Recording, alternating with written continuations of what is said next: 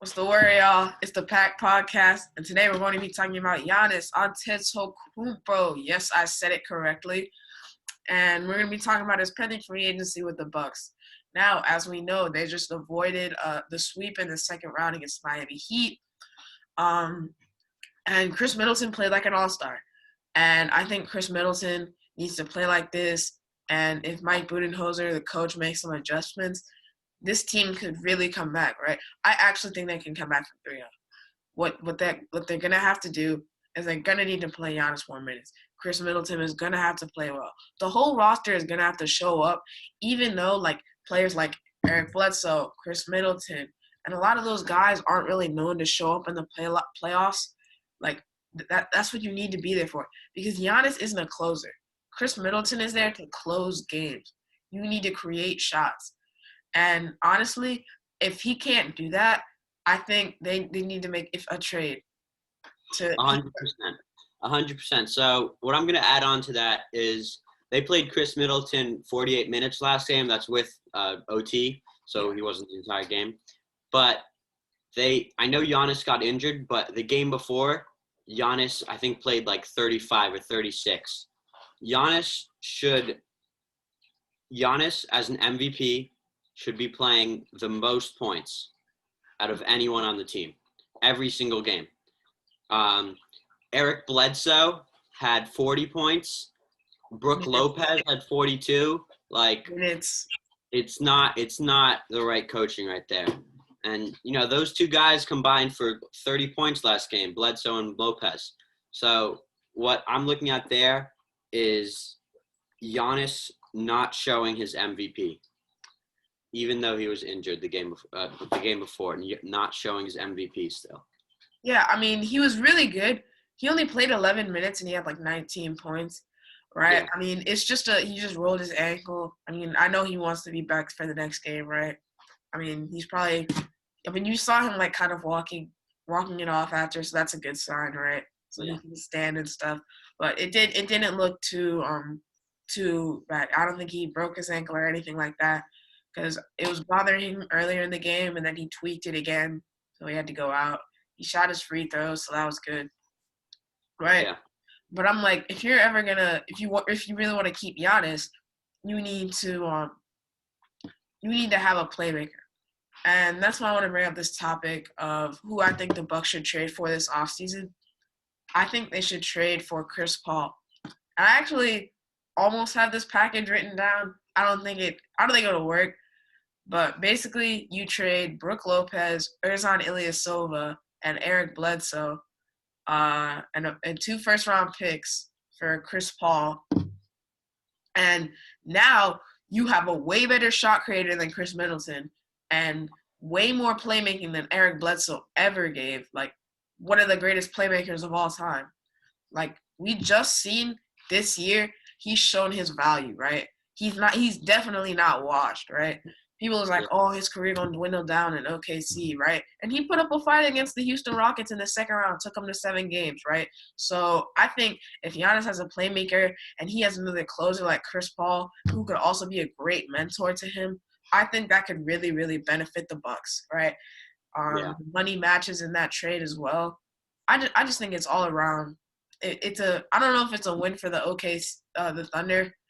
If I'm the OKC Thunder, I'm like, I kind of want a young piece. So maybe instead of Ersan Ilyasova, I know most of you guys don't even know who that is, but it's like a above average role player on the Bucks, right?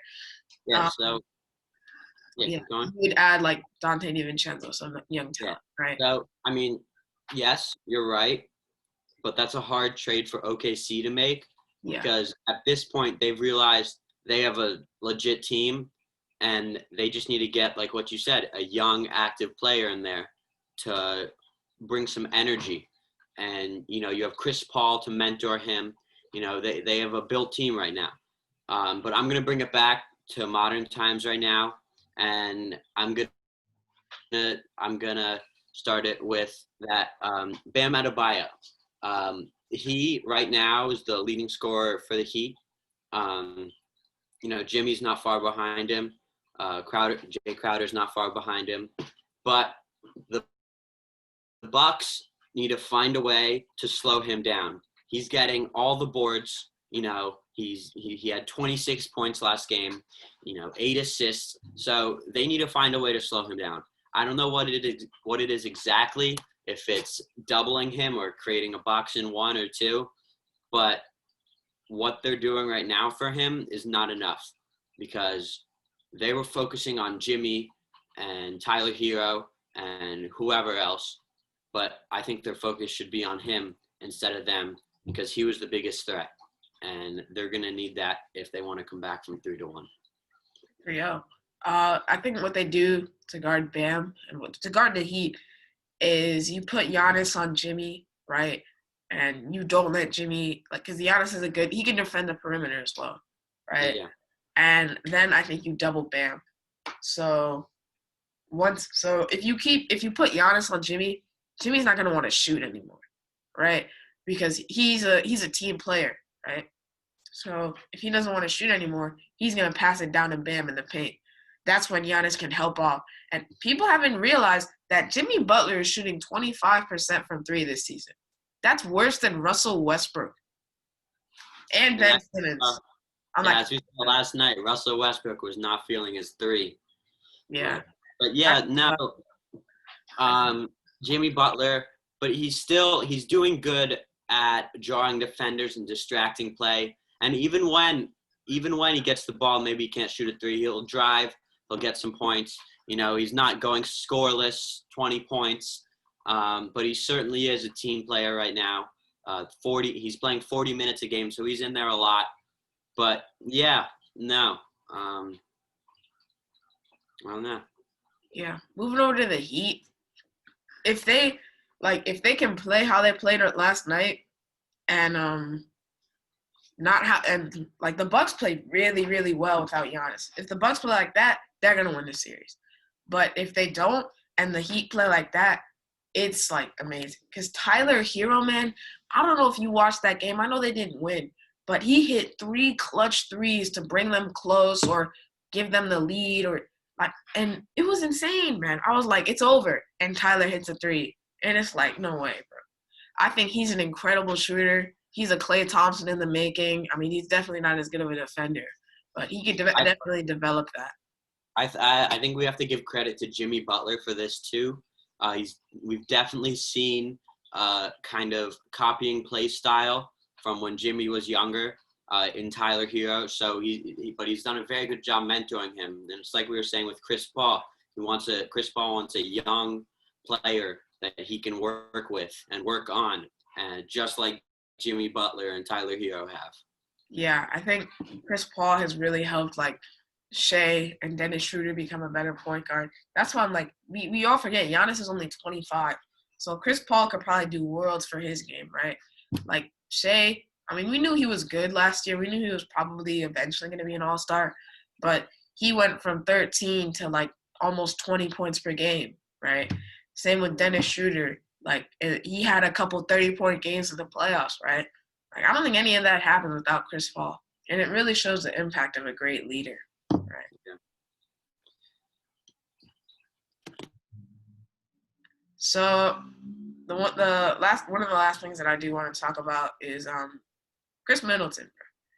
And I know I talked about him in a couple podcasts ago about how he wasn't doing this, that, and the other, or he wasn't doing he couldn't do this, and he played like an all-star. I really appreciate what he did.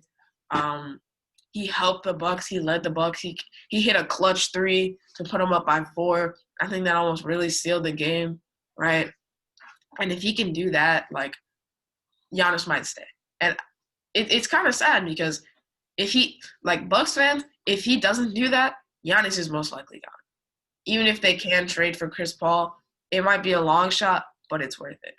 But next thing you know, you're going to end up with Giannis on the Heat or something, right?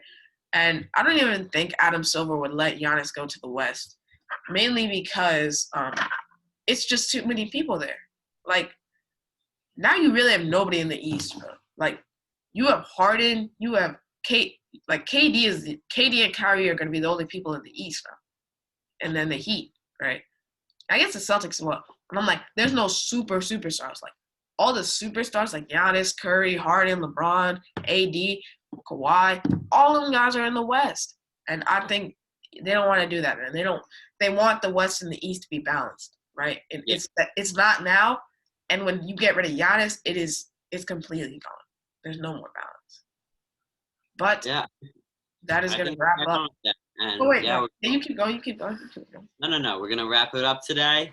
That's it. I was just going to say, Chris Middleton wasn't perfect last game. He was 12 for 28 from the arc. But arc? He was 12. Oh, no, not from the arc. Just overall. But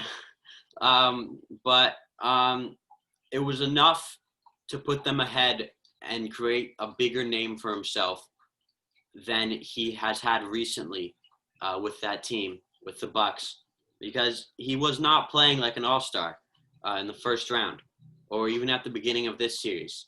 And after this game, if he continues to play how he played, like you said, he's going to convince Giannis to stay. If they can create and bond and create some chemistry and also work with some of the other players, Eric Bledsoe, Brook Lopez, and they really could come back and take this series. The Heat need to figure out what they're doing, but more so of the Bucks, because they're a confused team right now. Giannis injured, Chris Middleton, 36 points. But yeah, we've got to wrap it up. You say it. Yeah. Check out some of our other videos that are popping up on the screen right now. See y'all. Thanks for watching.